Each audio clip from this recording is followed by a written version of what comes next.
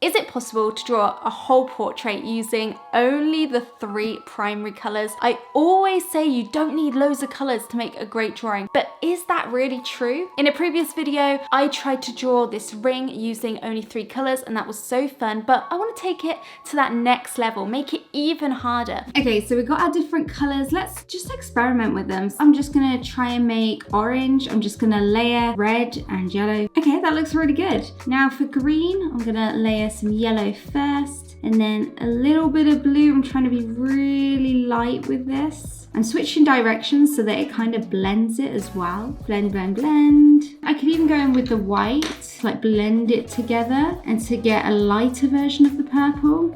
Add a bit more blue, very lightly. Moving on, so we've got orange, green, purple. And you know what, for the brown, I'm just gonna try and layer everything to start with. Okay, that's kind of looking a bit brown. This is the photo that I'm actually going to be drawing. It's from House of the Dragon of Princess Rhaenyra. I'm not a fan of the colors at the moment, so I'm just gonna edit it a little bit to make it a little bit better. So before and after, and personally I think that looks a lot better and I just think it pops a lot more. There's a couple parts of the reference that's going to be really challenging to draw with just 3 primary colors. There's so many different tones in her skin. Like the nose bit here is more of a pink tone, and then we've got areas here that are a bit more yellowy green. I'm going to try and create a gradient so that we can try and create all of these different tones. I think I'm most concerned about the streakiness, but you know what? I know we can do this challenge. I know it can look good. I think this is the problem. I've said it in many videos countless times that the Faber-Castell Polychromos white is useless. It doesn't do anything. It just causes more problems. We are going to be using the Luminance white.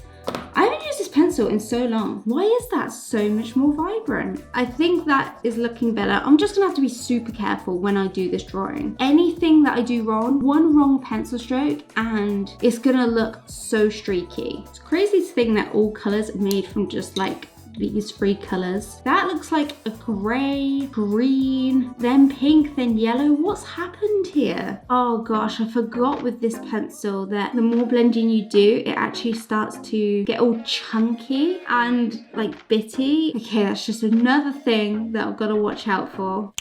I'm literally holding it as far back as I can and just sort of letting it sweep over the paper. And I'm gonna add a layer of this all over the skin. So I'm gonna switch to the red and I'm gonna do the same technique. I might actually be adding way too much red. It's so scary adding black to skin. It goes against my entire nature. I've said for years, don't use black for skin. Try and avoid using black. And here I am shading with black. Are you horrified? She looks alive and dead. Do you have faith? To make it look realistic? Yeah. No. No?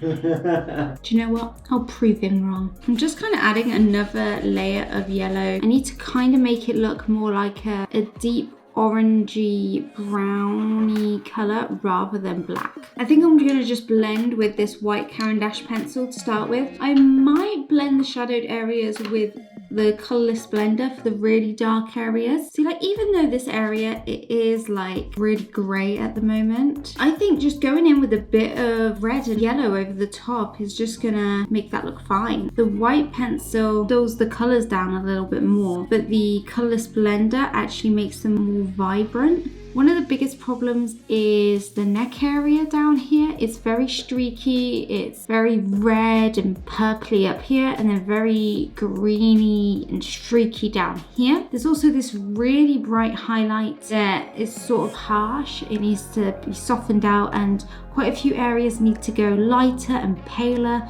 We need to try and desaturate this yellow a little bit, but first I'm just going to go in with the white and try to smooth out these highlights, maybe brighten up some of those lighter areas of the skin a little bit more. And for this stage, I will be applying quite a bit of pressure to this white pencil. Honestly, a few years ago, I'd have really struggled to create this skin color with just those 3 primary colors. I really didn't know that much about color theory, so picking different colors and layering them together and knowing how much of each color to mix and layer together, I found it really tricky and kind of overwhelming. And so over the last few years, I've learned a lot more about color theory and really delve into that topic a lot more. So I decided to put everything that I learned into a free guide that will help you pick better colors for your drawing and know how to mix and layer different colors together to get the color you need for your drawing really easily. So I'll leave a link to that free guide at the top of the description so you can check that out. Okay, I'm gonna do the eyebrows now, and I'm gonna add some yellow. I'm gonna try and blend it into the skin. At the moment, she's looking less Targaryen and more White Walker. The eyes will definitely make or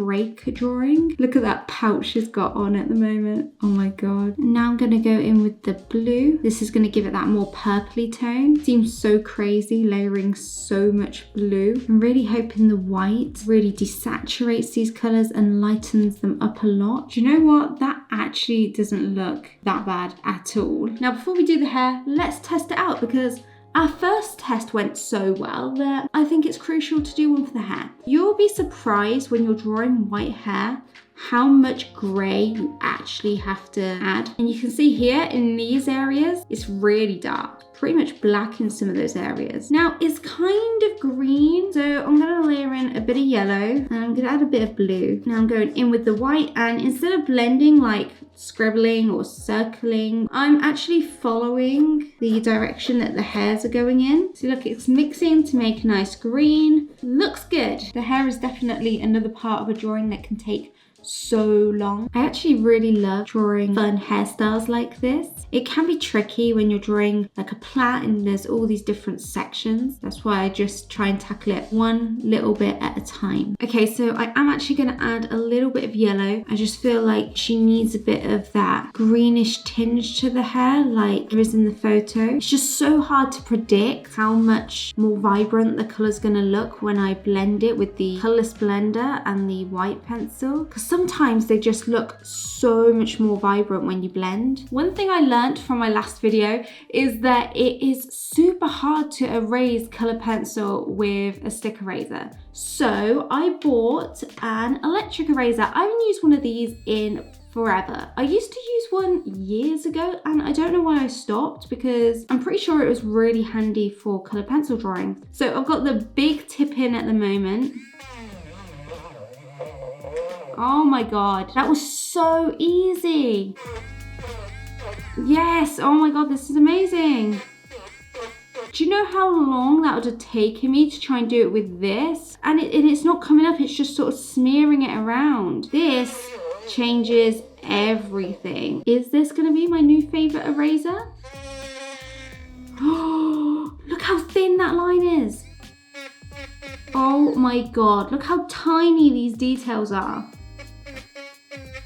You may be wondering why I've done these sort of patterns and why I needed this and why this is going to make the next thing that I'll be doing so much easier. Going back to our reference, you can see that her clothing, her earrings, it has a lot of tiny embellishments on it. I was super nervous about these before this thing arrived. I was like, how am I going to do that with my stick eraser? It's not gonna work. I'm just gonna have to avoid these parts and get rid of them in my drawing. But now we can do them, and we can do them really easily. This was, I think, about £6, and it's just gonna make this drawing not only look so much better, but it's going to be so fast to add in all of these little details as well. Jewelry is really hard to do, especially any sort of like metal, because it is reflective.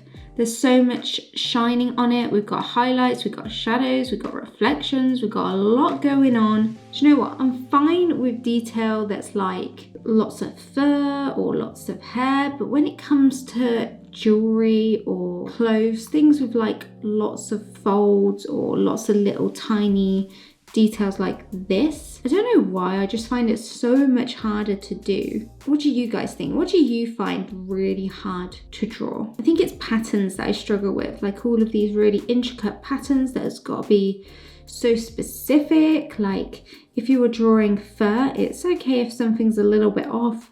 It can still look super realistic, but with a pattern like this where it's kind of symmetrical, if you do something a little bit wrong, it's so obvious. Now that I've blended it out, I'm just going in with my white pencil and trying to add some of the folds in. I don't know if you can see, but I've kind of messed up here a little bit. When I was blending the red, a bit went onto the skin, and then I tried to blend it out with the white pencil, and it just kind of made it worse. So I'm gonna erase it with my electric eraser to try and fix this, and just blend over that to sort of tie it in with the skin around it again. And to balance it out, I'm just gonna add a little bit of yellow. I'm just finishing up her clothing now. I'm going in with my eraser and pulling up some of those embellishments, and then I'm kind of going in with the yellow to give it that more gold tone. And I'm just adding these final details, but this drawing is almost finished. Even though this was a really fun challenge, it wasn't just that. I found it so useful to actually see how color theory, how it works in action, getting to see all of those colors layered together, how they mix, how they make these different colors. I think it's really, really useful, and I'd really recommend doing this sort of experiment yourself. It just gives you a deeper understanding of how colors work together, I think. Here is the final drawing, and I cannot tell you how happy I am with how this turned out. I am so proud of this final drawing. I think it just goes to show how much you can do with 3 colors, and you don't need loads of pencils to create a great drawing. And if you do want to give it a try yourself, I definitely recommend checking out my free guide, which will just teach you all of the color theory knowledge you'll need to know to really go in and create a great drawing. And like I said, I have done this challenge in the past. I drew a ring, and that was my first time doing this sort of challenge, just using 3 colors. It was really fun to do. So if you like this video, check out that one next so you can see me do this challenge for the very first time.